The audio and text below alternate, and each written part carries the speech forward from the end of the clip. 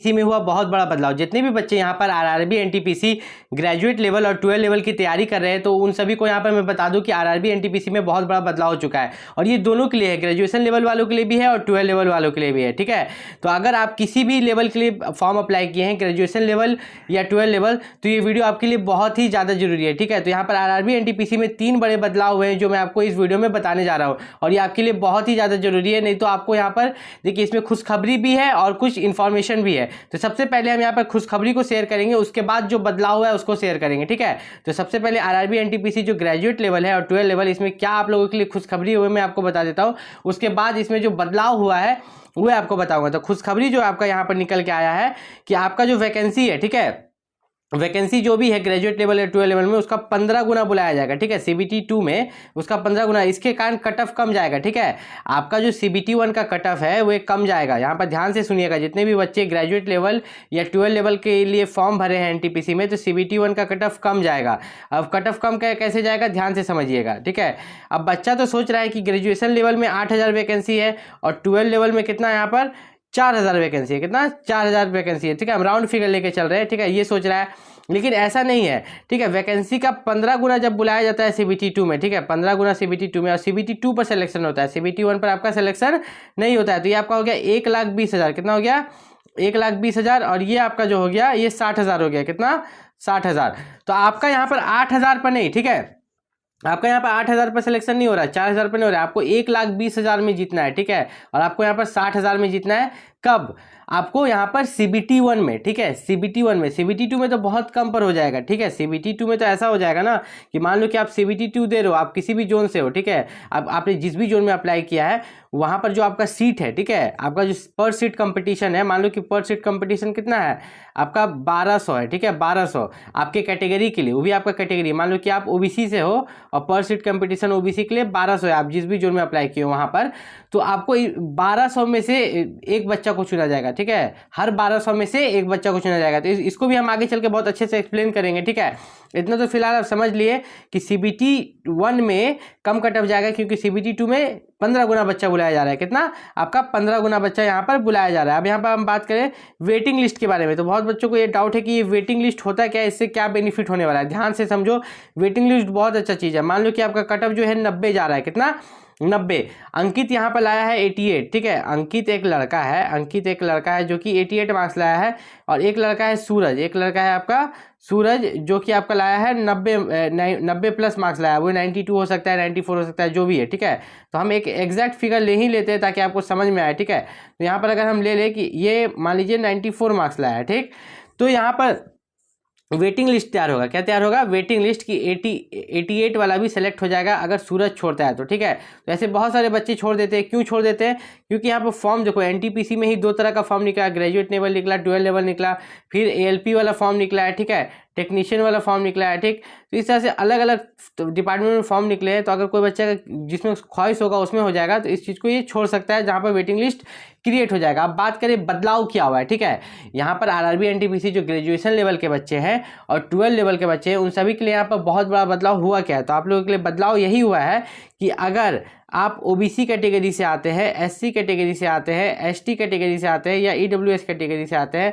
और आप RRB NTPC में फॉर्म अप्लाई किए हैं, ग्रेजुएशन लेवल या 12 लेवल, दोनों में से किसी एक में भी आपने फॉर्म अप्लाई किया है, तो आपको मैं ये बता दूं कि आपको आप जो कास्ट सर्टिफिकेट है लास्ट डेट से पहले चढ़ाना था। ठीक है, तो जो लास्ट डेट था यहाँ पर, आपका लास्ट डेट कितना था, ग्रेजुएशन लेवल का जो है 20 अक्टूबर। कितना, 20 अक्टूबर, और 12 लेवल का जो है आपका यहाँ पर आपका मान के चलिए तो लास्ट डेट फॉर्म फीस ले के 29 अक्टूबर। कितना, 29 अक्टूबर।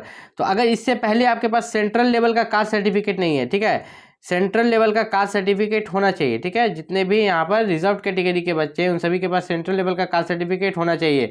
अगर उनके पास सेंट्रल लेवल के कास्ट सर्टिफिकेट नहीं था लास्ट डेट से पहले, तो उनको डॉक्यूमेंट वेरिफिकेशन में सीधा सीधी रिजेक्ट कर दिया जाएगा। ठीक है, उनको डॉक्यूमेंट वेरिफिकेशन में सीधा सीधी रिजेक्ट कर दिया जाएगा। तो अब इससे बचे कैसे, देखिए ध्यान से सुनिए।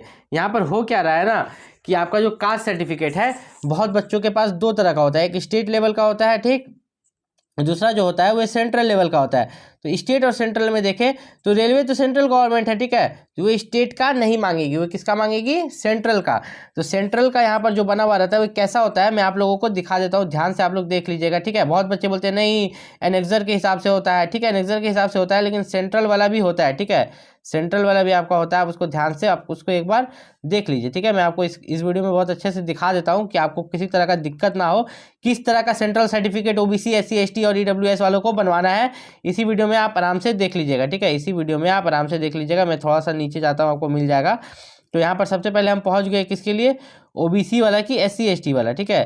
तो ओबीसी एससी एसटी और ईडब्ल्यूएस सर्टिफिकेट कैसे कैसे आपको बनवाना है, आप यहाँ पर ध्यान से देख लीजिए ताकि आपको दिक्कत ना हो, आप रिजेक्ट ना हो। देखो एग्जाम निकालने के बाद अगर आप डीबी में रिजेक्ट होते हो तो आपको बहुत बुरा यहाँ पर लगेगा। यहाँ पर देखिए हम ओबीसी का सबसे पहले आपको दिखा रहे हैं, ठीक है, एससी एसटी और ईडब्ल्यूएस का भी बताएंगे कि अगर आप ओबीसी से बिलोंग करते हैं, ठीक है, अगर आप ओबीसी से बिलोंग करते हैं तो आप देखिए यहाँ पर लिखा हुआ है form of certificate to be produced by other backward classes, मतलब OBC applying for the appointment post under the government of India. तो जहाँ भी लिखा हुआ रहता है ना कि under the government of India, इसका मतलब क्या है, GOI गवर्नमेंट ऑफ इंडिया, इसका मतलब ये सेंट्रल लेवल कास्ट सर्टिफिकेट खोज रहा है ओबीसी के लिए, ठीक है, ओबीसी के लिए, और यही आपको सबमिट करना है, स्टेट लेवल वाला नहीं करना है। उसके अलावा अगर हम बात करें, ठीक है, उसके अलावा अगर हम यहाँ पर बात करें, ठीक है, तो आपका जो SC ST है तो उसके लिए भी यहाँ पर साफ साफ दिया गया है। मैं आपको SC ST का भी दिखाऊंगा ताकि जो बच्चे बोलते हैं उनको यहाँ पर किसी तरह का दिक्कत ना हो, ठीक है। Form of caste certificate for SC ST, ठीक है, SC ST के लिए। तो SC ST का कास्ट सर्टिफिकेट जो यहाँ पर इशू होता है तो उसमें भी ये कौन सा खोजते हैं, सेंट्रल वाला, कौन वाला, सेंट्रल वाला कास्ट सर्टिफिकेट लगेगा, ठीक है। यही फॉर्मेट है, आप देख सकते हो ध्यान से। यहाँ पर यहाँ भी under the government of India आता है एनेक्सर 1 के अंदर, किसके अंदर, एनेक्सर 1 यहाँ पर लिखा हुआ है, आप ध्यान से देख सकते हैं, ठीक है। और देखिए सबसे पहली बात मैं यहाँ बता दूँ कि SC ST वालों को यहाँ पर तो कास्ट सर्टिफिकेट बनवा लेना है सेंट्रल लेवल वाला, लेकिन साथ ही साथ मैं आपको बता देता हूँ कि जो SC ST वाले बच्चे हैं उनको स्लीपर का टिकट फ्री मिलता है, ठीक है। जब वो एग्जाम देने जाते हैं तो उनको स्लीपर का टिकट क्या मिलता है, फ्री मिलता है, बहुत आराम से जा सकते हैं वो लोग, पैसा जो है उनको यहाँ पर नहीं देना पड़ता, फ्री में स्लीपर का टिकट मिल जाता है आने जाने का, ठीक है। तो यहाँ पर अगर देखें तो उसी तरह आपका जो EWS कैटेगरी है उसके लिए भी आपका दिया हुआ होगा नीचे में कि आपका यहाँ पर EWS कैटेगरी को जो है क्या बेनिफिट मिलने वाला है, ठीक है। यहाँ पर EWS कैटेगरी जो है उसका फॉर्मेट कैसा है, देखो यहाँ पे income and asset certificate to be produced by EWS economically weaker section, देखिए यहाँ पर है ना आपका वैलिड फॉर द ईयर, ये अधिकतर 1 साल के लिए ही वैलिड रहता है, ठीक है। और ये जो है यहाँ पर 5 एकड़ of agricultural land and above, ठीक है, ये सब आपका इतना ज़्यादा नहीं होना चाहिए, ठीक है, इतना ज़्यादा आपका धन संपत्ति नहीं होना चाहिए। EWS देखिए उन्हीं का बनता है। देखिए आजकल कर क्या रहा है ना कि जो जनरल कैटेगरी वाले बच्चे हैं, ठीक है, जो जनरल कैटेगरी वाला बच्चा है वो तो ओबीसी नहीं बन सकता, वो क्या बन जा रहा है, EWS इकोनॉमिकली वीकर सेक्शन, झूठ साच बोल के, ठीक है। लेकिन अगर आप पकड़ा जाइएगा तो आप वहाँ पर रिजेक्ट हो जाएगा। अब फाइनल मेरिट लिस्ट कैसे बनता है, ठीक है, तो यहाँ पर मेरिट लिस्ट और कट ऑफ में बहुत ज़्यादा अंतर होता है, इस बात का बहुत अच्छे से ध्यान रखिएगा, ठीक है। जो आपका एग्जाम के बाद एक कट ऑफ जाता है, ठीक है, एग्जाम के बाद एक कट ऑफ लगता है और उसके बाद उस कट ऑफ के बाद आपका जो भी फिजिकल विजिकल हुआ फिर एक फाइनल मेरिट लगता है, ठीक है, उसी पर आपका सिलेक्शन होता है, नाम आता है। तो ध्यान से समझिए, मान लीजिए कि एग्जाम के बाद जो कट ऑफ गया आपका CBT 2 पर इनर सिलेक्शन होगा, कट ऑफ गया कितना आपका 80, कितना 80, ठीक है। तो मेरिट जो बनेगा वो 100 के आसपास वाला नंबर पर बनेगा, ठीक है, वे 100 के आसपास नहीं, कम से कम आप मान के चलिए जो मेरिट बनेगा ना वे आपका 92 के आसपास वाला नंबर पर बनेगा मेरिट, फाइनल मेरिट, उसी पर सिलेक्शन होगा। तो अगर आप एग्जाम में 80 कट ऑफ गया, 84 85 लाए हैं तो आपको यहाँ पर सिलेक्शन हो ही नहीं पाएगा, बहुत कम चांस है, बहुत कम चांस है, ठीक है। आपको कट ऑफ से कम 5-10 मार्क्स ज़्यादा लाना है, मिनिमम 5 मार्क्स और मैक्सिमम 10 मार्क्स आपको कट ऑफ से ज़्यादा ही यहाँ पर लाना है, ठीक है। अगर बात करें बुक्स के बारे में कि कौन कौन बुक आपको खरीदना चाहिए, तो बुक आप पहले बात तो एक सिंगल बुक खरीद सकते हैं, ठीक है, किरण पब्लिकेशन का, पब्लिकेशन तो समझते हैं ना, ठीक है। आपको बस बोल रहा है कि हाँ हमको यहाँ पर किरण पब्लिकेशन का बुक चाहिए NTPC का, ठीक है, RRB NTPC का, तो वे लोग आपको दे देंगे। आप नीचे कमेंट करके भी पूछ सकते हैं, कोई दिक्कत होगा तो, ठीक है। यहाँ पर बात करें अगर टेक्स्ट बुक के बारे में तो टेक्स्ट बुक पर भी आप टेस्ट सीरीज दीजिएगा। टेक्स्ट बुक सबसे बेस्ट ऐप है, क्योंकि देखिए मैं इसका कोई प्रमोशन नहीं कर रहा, डायरेक्ट बता रहा हूँ, इसको पढ़ के बहुत बच्चे पास हुए हैं, ठीक है, इसको पढ़ के बहुत बच्चे, टेक्स्ट बुक को पढ़ के बहुत बच्चे पास हुए। इस पर जो टेस्ट सीरीज़ है इस पर 80,000 से ज़्यादा मॉक टेस्ट मिलता है, साथ ही साथ बात करें तो प्रीवियस ईयर क्वेश्चन मिलता है और बहुत सारे बेनिफिट है, ठीक है। तो आप नीचे कमेंट करके पूछ सकते हैं, आप लोग अपने में भी डिस्कस कर सकते हैं कि टेक्स्ट बुक अच्छा है कि नहीं, क्योंकि पिछले साल भी जो बच्चे यहाँ पे एग्जाम दिए हैं टेक्स्ट बुक को ही पढ़ के यहाँ पर एग्ज़ाम दिया। अगर बात करें कि जो बच्चा जीके जीएस, देखते हैं कि जीके जीएस करंट अफेयर, तो ये आपको आ गया general knowledge, general science, current affair, ये तीनों को लेकर बच्चे बहुत परेशान रहते हैं। रोज़ सुबह 2 घंटा यूट्यूब क्लास करेंगे, बैच खरीदेंगे, ये वो। तो इसके लिए सबसे बेस्ट बुक है जो कम समय में, ठीक है, आपको पास करना है, आपको पंडित नहीं बनना है, ठीक है, आपको कोई सब्जेक्ट को, जैसे कोई मैथ ही पढ़ता है तो मैथ पढ़ के आपको टीचर नहीं बनना है, ठीक है, रीजनिंग पढ़ के टीचर नहीं बनना है, जीके जीएस पढ़ के टीचर नहीं बनना है, आपको पास करना है। तो स्पीडी पब्लिकेशन का जो बुक आता है अलग अलग आता है, जीके का अलग, जीएस का अलग, करंट अफेयर का अलग। तो आप उसको खरीद के यहाँ पर पढ़ सकते हैं, जहाँ की आपको किसी तरह का दिक्कत नहीं होगा। कोई भी तरह का दिक्कत है तो नीचे कमेंट करके पूछ सकते हैं। मिलते हैं अगले वीडियो में, तब तक के लिए नमस्कार।